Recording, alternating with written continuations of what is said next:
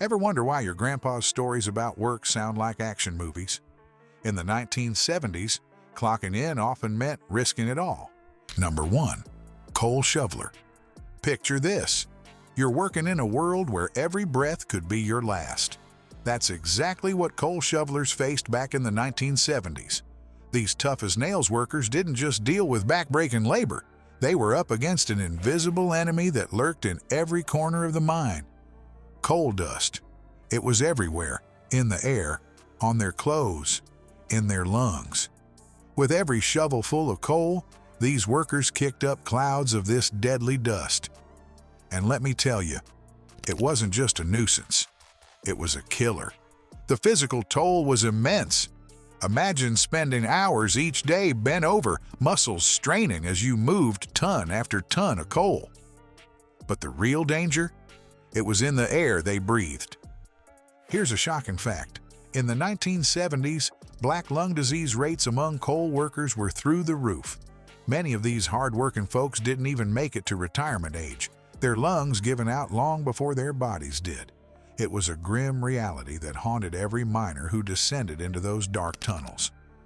But here's where the story takes a turn. As machines started to take over, the heavy lifting and safety regulations got stricter. This deadly job started to disappear. It's a bittersweet victory. Safer workplaces, but at the cost of an entire profession. Number 2. Full-service gas station attendant. From coal dust to gasoline fumes, we're climbing out of the mines and onto the streets. But don't breathe easy just yet. The job waiting for us at street level might make you think twice about complaining when you have to pump your own gas. Ever wondered why full-service stations disappeared? The answer might shock you. Back in the 1970s, pulling into a gas station meant a friendly face at your window, ready to fill her up. Sounds convenient, right? But for those smiling attendants, every shift was like playing with fire, literally.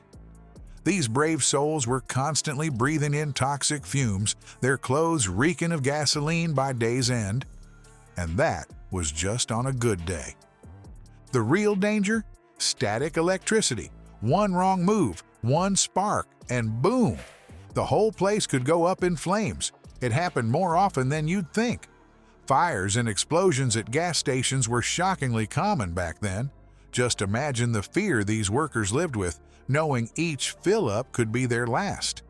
But as with many dangerous jobs, change was coming. The oil crisis of the late 70s pushed stations to cut costs.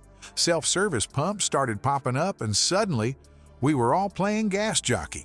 It might seem like a hassle now, but next time you're pumping your own gas, remember, you're probably safer for it. Number 3. Ice cutter. From fiery risks to bone-chilling dangers, literally. Picture this. You're standing on a frozen lake wielding a massive saw. One crack, and it's game over. Welcome to the world of ice cutters, where every workday was a gamble with Mother Nature. Before refrigerators became a household staple, how did folks keep their food cold? Enter the ice cutters, the unsung heroes of the pre-refrigeration era. These brave souls ventured out onto frozen lakes and rivers, armed with large saws and axes, to harvest nature's own coolant. But don't let the serene winter landscape fool you. This job was as treacherous as they come. Imagine spending your day carving out 300-pound blocks of ice while praying the surface beneath you doesn't give way. One wrong step, and you'd be plunging into icy depths. And it wasn't just the workers at risk. Their horses often fell victim to the unstable ice too.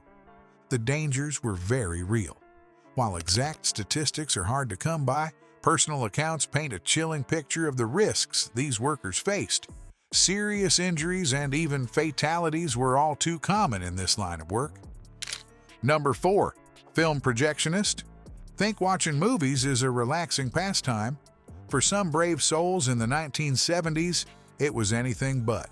Imagine a job where every workday could end in a fiery blaze, all in the name of entertainment. Welcome to the high-stakes world of the film projectionist, where the show must go on took on a whole new meaning. Back in the day, movie magic came with a side of danger. Film projectionists were the unsung heroes behind every silver screen spectacle, but their job was far from glamorous. These folks worked with nitrate film, a highly flammable material that could turn a quiet movie night into a disaster in seconds. Can you picture it?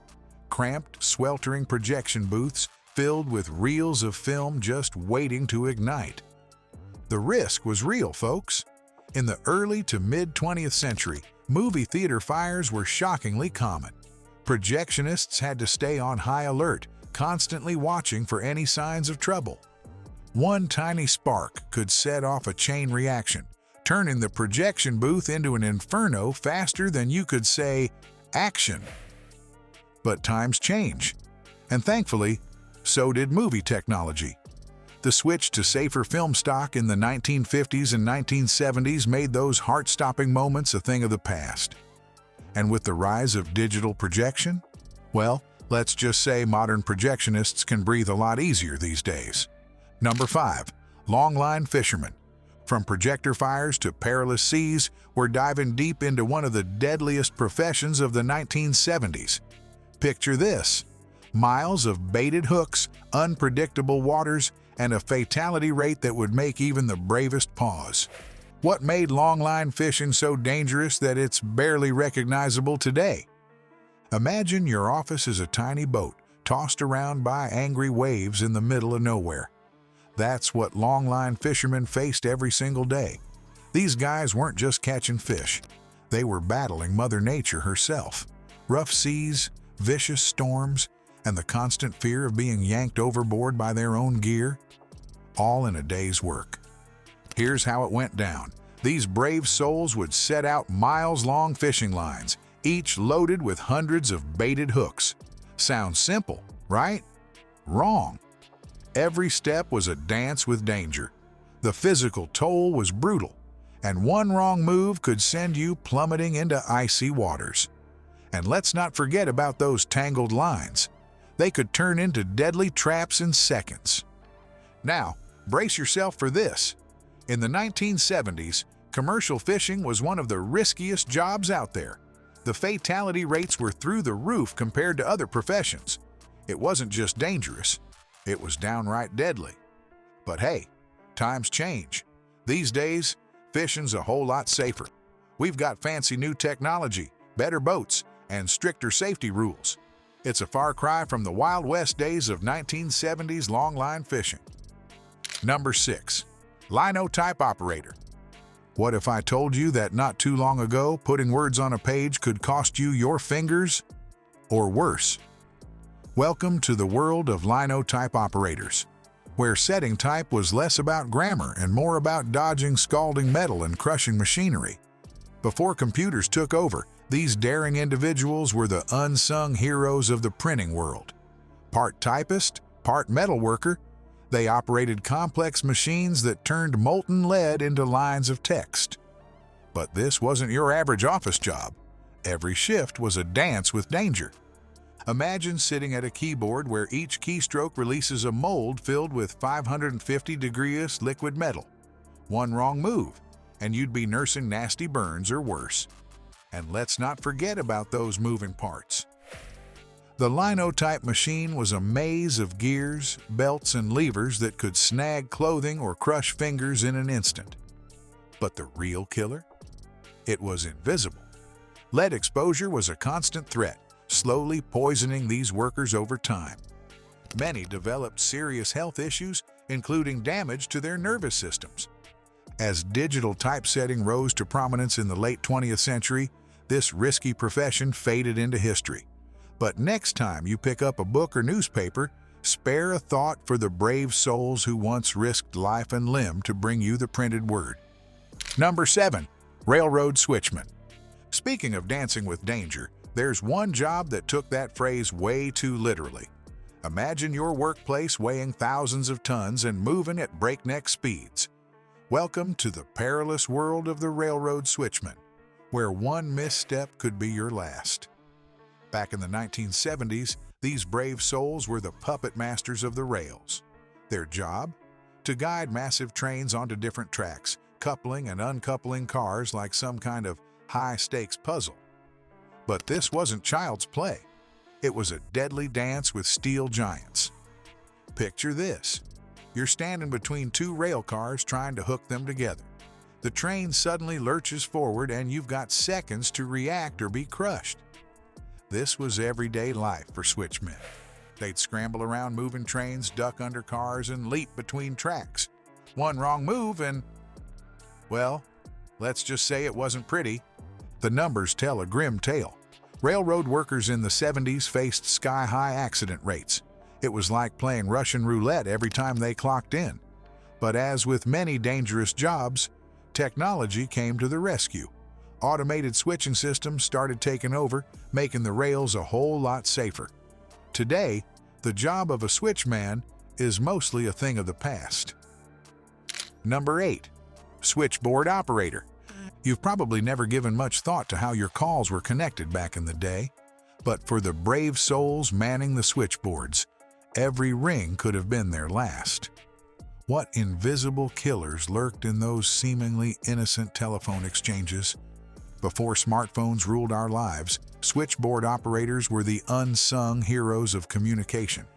These dedicated workers, often women, sat for hours at massive switchboards, connecting calls with lightning speed. But their job was far from glamorous. Imagine being surrounded by a constant cacophony of ringing phones and voices, your fingers flying over a maze of cords and plugs. It was like playing a high-stakes game of telephone twister, where one wrong move could disconnect an important call.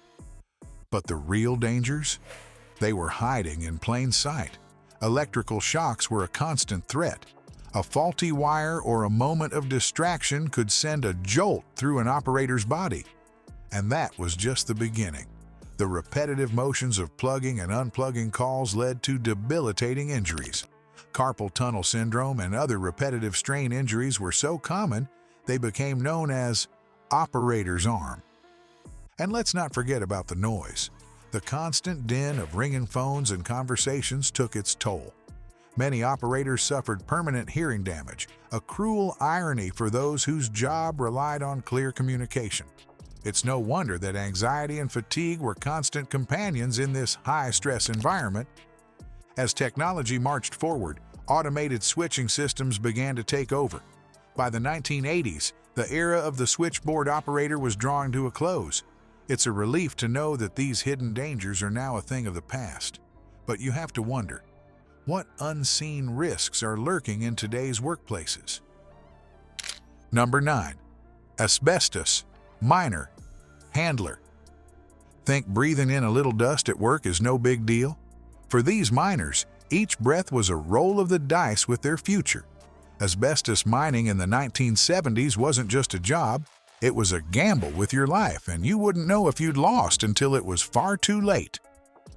Picture this. Men descending into mines, surrounded by clouds of fine, glittering dust. They'd chip away at the rock, sending more particles into the air with every swing of their tools. And the kicker? They had no idea that every speck they breathed in was like a ticking time bomb in their lungs. Back then, protective gear was pretty much non-existent. These guys worked in regular clothes, maybe with a simple dust mask if they were lucky. It's hard to believe now, but nobody realized just how deadly this stuff was. The scary part? The effects wouldn't show up for years, sometimes decades. By the time these miners started getting sick, it was already too late. We're talking about devastating diseases like mesothelioma, a rare, aggressive cancer that's almost always caused by asbestos exposure. The numbers are shocking. Former asbestos miners have way higher rates of lung cancer and mesothelioma compared to the average person. It's like they were digging their own graves, one shovelful at a time. But as the 1970s rolled on, the truth started coming out. Scientists connected the dots between asbestos and these deadly diseases. Suddenly, that miracle mineral didn't seem so miraculous anymore. Countries started banning asbestos and the mining industry crumbled.